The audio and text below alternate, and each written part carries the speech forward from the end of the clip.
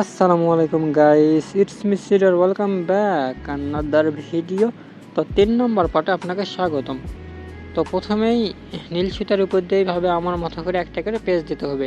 এটা যদি আপনারা দেন তাহলে অবশ্যই কলমটি দেখতে অনেক সুন্দর লাগবে। আর কলমের যেই প্রথমের অবস্থা এটা টাইট হয়ে থাকবে।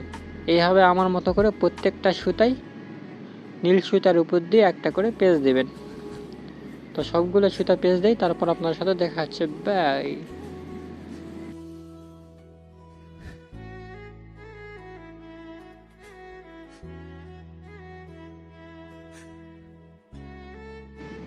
আর সবগুলা সুতা নীল সুতার উপর দিয়ে পেঁচ দেওয়ার পর দেখতে এইরকম লাগবে।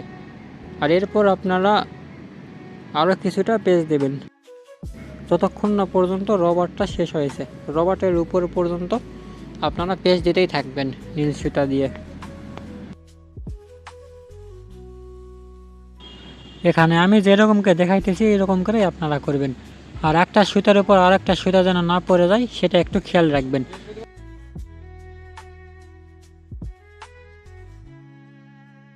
আর এভাবেই আমার মতো করে আরও কিছুটা পেঁচ দেবেন পুরো রবার পর্যন্ত। রবার যতক্ষণ পর্যন্ত আছে ততক্ষণ পর্যন্ত আপনারা পেঁচ দিতেই থাকবেন।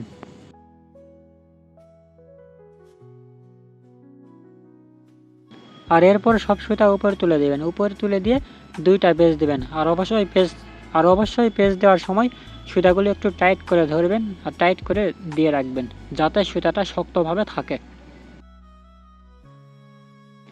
এরকম আমার মতো করে একটু টাইট করে দিবেন হাত দিয়ে। তো দুইটা পেঁচ দেওয়ার পর আবার সব সুতা ফেলে দিবেন।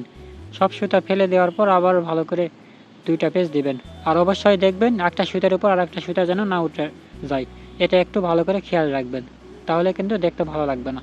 আমার মতো করে এইরকম করে সুন্দর করে একটা সুতার উপর আর একটা সুতা যেন না উঠে যায় একটু খেয়াল করে দেখবেন। আর এখানে এর উপর দুইটা পেঁচ দেওয়ার পর আবার সব সুতা তুলে দেবেন। এরকম আবার সব সুতা তুলে দেওয়ার পর দুইটা পেঁচ দেবেন। দুইটা পেঁচ দিয়ে আবার দুইটা পেঁচ দেবেন। দুইটা পেঁচ দিয়ে আবার সব সুতাগুলো ফেলে দিবেন।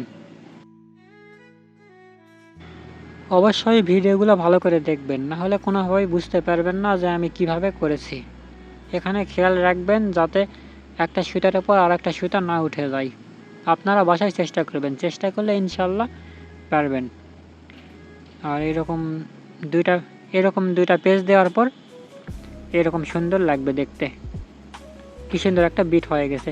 আর এর পরবর্তী ভিডিওতে আমি আপনাদের দেখাবো কিভাবে এরকম ফুল তুলতে হয়। অবশ্যই সাবস্ক্রাইব করে রাখবেন।